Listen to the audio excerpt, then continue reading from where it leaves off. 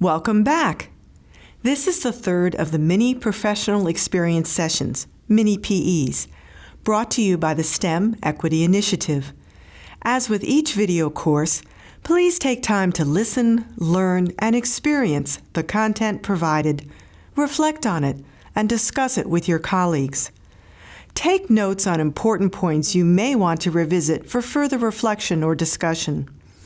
At the end of the video, a link to the STEM Equity Initiative's website will connect you to this and other videos and resources for learning more. You may recall that the NEIR model stands for NORMALIZE, Empower, Inclusive, and Relevant. In Mini PE 2, we introduced normalizing. The goal of this third Mini PE is to deepen your knowledge of the second of the 4 indicators that are experienced by the students and teachers in an equitable learning environment, Empower. For this session, we will also continue to deepen our understanding of the NEIR model, to create new thinking and tools to address systemic barriers in education. The model includes the NEIR indicators we just mentioned, the NEIR process for improvement, and the NEIR educators and school stakeholders, who we refer to as implementers. Yes, the educators are part of the model, not just the people learning about it. In the NEIR model, we recognize that educators are more than just receivers of information. They're also the producers of the knowledge from the education field that represents the wisdom of the practice. The NEIR model was created through a synthesis of voices from thousands of teachers over decades of work and quality, peer-reviewed research. In the NEIR model, the educators are the experts, the developers, and the assessors of what works in their very diverse CTE and STEM classrooms, and must be part of the model, as the implementers, for the model to evolve and remain relevant. The third and final part of the model is the NEIR process for improvement. This cycle is similar at the top level to many other improvement cycles, with one important difference. We begin with an evaluation of the current state of the school, educators, and students, not just an assessment of student needs. It may not be noticeable at first, but this is a significant transition from traditional models and is critical for systemic change. When we introduced the NEIR model in Mini PE 1, we started by asking for a detailed assessment of student, school, and community assets. What are the strengths and areas in need of attention? What data do you have, and what do you need to find out? What assets do you have in your school, and what deficits remain? By understanding the assets of your education system, you're identifying resources and capabilities that can be incorporated into an improvement plan. The NEIR process for improvement also provides a more operational approach that makes it easier to adapt to your specific situation. It's applicable to large strategic initiatives or to day-to-day improvements in an individual classroom. The cycle steps include assess current state, analyze requirements, propose and design possible solutions, develop possible solutions, deliver the product or service, and collect feedback. Actually, you're always collecting data, but now you bring it all together to support the next step, evaluating the new current state. To help me demonstrate the cycle, Shonda is going to provide a well-understood challenge for many educators, lack of student engagement. Chris is going to connect the challenge to the NEIR process. Hi, Chris. I have 3 students who are really struggling right now. When they were in school, I could keep them on task. But now with virtual education, it's even harder. They don't show up or they seem distracted while they're on their computers. Once back in class, they put their heads down on their desks and they don't complete their tasks. They come unprepared to class or show up without their homework done. Their work is sloppy. I don't know what the problem is. Are they just goofing off, or is the content too challenging? I send them messages and emails but get no response. Should I start calling parents? Our goal is not to jump to a solution. Collecting information, also called data, is key. Let's walk through the process that begins by assessing the current state.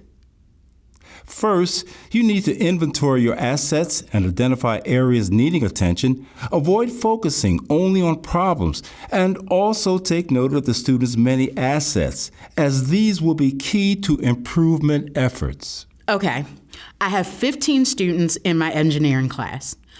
Of the 3 students who seem unengaged, Jackson has a mother who owns a small cleaning business. Eliza has a parent who works at a major company that employs my engineering students when they graduate, but I hear they've been laying off. Beckett is very quiet, and I know nothing about him, although I heard from another teacher his sister has been crying in class. I have access to a great counselor. My colleagues are all great teachers and may have some ideas. I have 2 high-performing students who work independently, get every assignment completed on time, and score nearly perfect on every task. I have all new equipment purchased just 3 years ago. Oh, and I have a paraprofessional, and she is great at seeing what needs to be done and just doing it to keep the class moving. Okay, what about the 3 students who are not performing well? What are their assets? I'm not sure. I guess I could find out through an activity or assignment if they would do it. I could ask previous teachers, look at previous grades or disciplinary records. Look for the assets or strengths as well as the previous challenges. What school did they attend? How well are they doing at their sending school? Are they a member of a special population? If so, how might that be viewed as both a strength and an area of opportunity for learning? So I need to gather data. Jackson, one of my students, generally did well in the small group discussions, but I noticed he stopped talking to his classmate Mary. When he is with his friend Craig, Jackson can be very competitive and put in more effort. Elisa comes in every morning looking tired and unwashed lately. Beckett is the class clown. He finishes all the assignments ahead of time, but in a haphazard way, and then just looks bored and gives up trying. Jackson is super capable when he puts the effort in. Elisa may need some help outside of school, but could also use some help in class. Maybe Jackson could help her, and she could help him, as she is very nice and empathetic. Beckett is a natural leader, so I may need to work with the school to find him some additional outlets for his attention-seeking skills. I may need to think about each student separately. The symptoms are the same, poor performance, but the cause may be different. The qualities you just identified to me while thinking about Jackson, Elisa, and Beckett include competitive, capable, empathetic, and natural leader. These are all assets that can be developed to empower your students. Letting these students know that you recognize these qualities is essential to helping them understand their value in work and life. After all, people usually get hired for academic credentials, but are fired for lack of interpersonal or social skills or career traits such as problem solving or creativity. We need to develop these talents in our students as well. We begin by helping them recognize their natural gifts and talents that go way beyond what we can measure with a standardized test. You are right. I seldom say anything to my students about those qualities, and yet those are the qualities that make them each strong students and people I care about. Exactly. Pause and reflect. Have you ever looked at a student's name on your attendance sheet and assumed certain characteristics for them based on your previous experiences with their siblings? When a student does not perform at a level you think they should reach, do you express disappointment through anger, criticism, or sadness? How do you learn about your students without appearing to pry? What resources do you have in place if a student shares with you their concern about homelessness, divorce, drug use, racism, sexism, or another ism, an emotional breakup or loss, abuse in the family, or illegal activities? What if a student openly says they are bored with the curriculum, don't care about learning, or demonstrates a lack of interest in education broadly? Take the time needed or consider a place where educators can safely discuss these concerns and how to address them without judgment or emotional defensiveness. Today, we're focusing on empowering as a means to answer questions of fairness and equity. We recognize that students with the greatest needs still possess unique gifts and talents that are developing or being revealed as they try new things. Throughout life, we continue to find these qualities that surprise us and bring joy in understanding who we are. As educators, we need to both help develop students' academic, social, and personal gifts and talents as a means to develop their character, and see them as individuals born with natural capabilities needed to support themselves and serve others. How they will ultimately turn out is their story that only they can tell. Helping them find it may mean a course correction out of your program or career area, or it may mean a deepening of their interest in your course that you never saw coming. Empower refers to a mindset that all students are assets in their classroom and are individually responsible for and recognized for their own learning and the learning of others. Brazilian educator Paulo Freire studied the concept of empowerment in school environments and educational settings 50 years ago.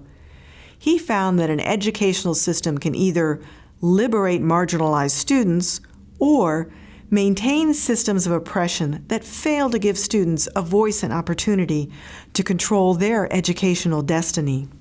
Intrapersonal student empowerment is predicted by equitable power use of teachers, positive teacher-student relationships, and a sense of community in the classroom. Empowering students entails building their self-efficacy and resilience. For you STEM Equity Initiative nerds, I want to point out two well-recognized theories that support the empowering construct.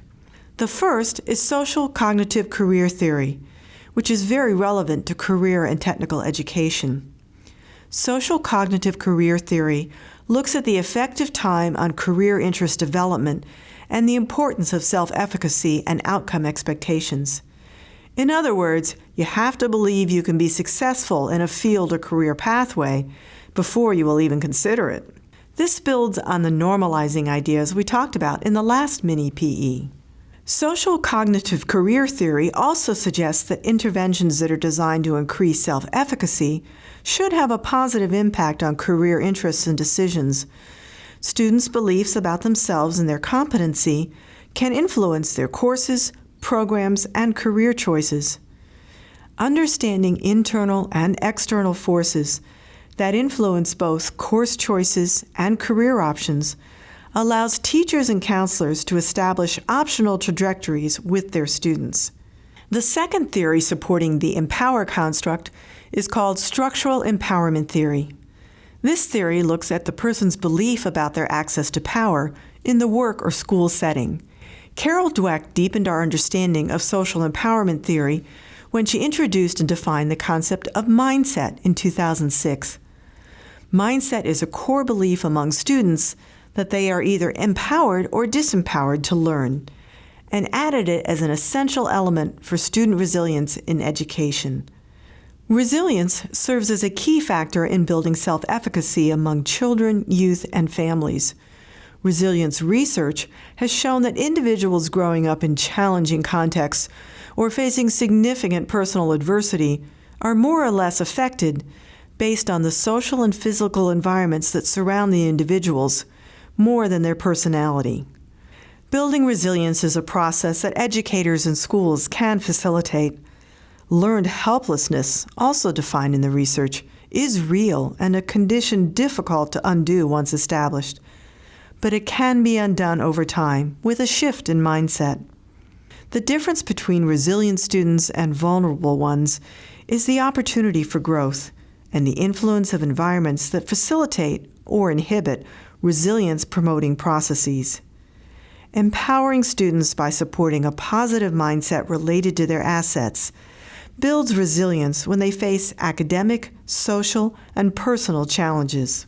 To demonstrate the Empower indicator, let me introduce Kate Washington, a student in the plumbing program at Commonwealth Career and Tech Center. Listen carefully to her story.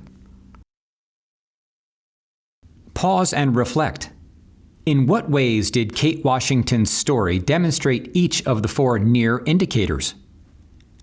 How did Kate's many influencers, other students and stakeholders inside and outside the school, help to build her self-efficacy? What final input helped Kate make her decision? Think about how the broader relevancy of the occupation connected to her interests and empowered her to think about ways to impact the world. What programs do you have in place to empower current students to help with the mission of your school or career areas? Up until now, we've asked you, our patient educator, to pause and reflect. Now it's time to begin implementing some of what you've learned. Look again at your improvement process cycle, but this time, put the face of a student or group of students in the middle of the cycle to ensure that they are always your focus. Step 1. Collect data on the assets and challenges of your students to understand if the challenges are temporary or chronic. Gathering information before you seek a solution is critically important. Too often, educators do what is called pre-solutioning. This means we try to solve the problem before we even know fully what the problem is. The result is our failure to achieve our goal for the student and a belief that we lack the ability to create positive change. Step 2. Design a process to help students identify their assets, which might help them address their challenges as well. This process should instill a belief in the student's current emerging gifts and talents that they can tangibly experience and appreciate. Your recognition of the student's personal and academic assets are the key to empowering them to engage and achieve academic, social, and personal success. Steps 3 and 4. Identify, develop, and deliver resources to support your design. One great resource for helping students identify their assets are empowerment cards. These cards are free from the STEM Equity Initiative to modify for your school and download for your desk to hand out whenever you see a great example of an emerging asset. Create your own cards or establish an asset bulletin board. The important point is that students witness and experience, visually or verbally, the power of their own assets. Another resource for empowering students is guest speakers representing traditionally underrepresented students or who overcame a personal academic challenge when they were in your class. Ask them to talk about their career and their personal journey of growth to bring them to where they are today, both professionally and personally. Another strategy is measuring the number of in-class questions you get. Asking questions demonstrates a student's comfort with risk-taking in the classroom and a feeling of confidence in themselves and the subject matter. The number one indicator of an empowered student is their asking questions. Using a scale over time to count hand raising is a great way of measuring change in behaviors resulting from your efforts. Step 5. Measure the outcome. Did the empowerment cards create a more engaged student? If your goal was to increase interest in your program, did you see more hands raised with questions during a tour? If you had students visit your program for an hour or more, how many questions did they ask? The final step of the improvement process is to, again, assess the current state. Given what we learned from the implementation of the first cycle, do we need to revisit the challenge or move to a new one? Did we collect the data we needed to decide this? This process should not be onerous or time-consuming, but rather help us as educators improve our practice over time to benefit all of our students. Empowering students does not begin with a hurricane-sized event, but with a small series of statements, subtle messages, and repeated acknowledgments. Empowering students comes with your eye contact and smile, the task of students teaching others, a positive word, a head nod, or a thumbs up when they accomplish a goal. Congratulations, you did it again. You completed the third mini PE. You've added to your toolbox an initial understanding of the application of the NEIR process for improvement to better engage students or improve classroom or school practice. You're looking for ways to empower your students. As you empower them, you'll find yourself empowered as well. Great teachers create great students, who create great teachers. We see you, and we thank you. Keep going. You rock.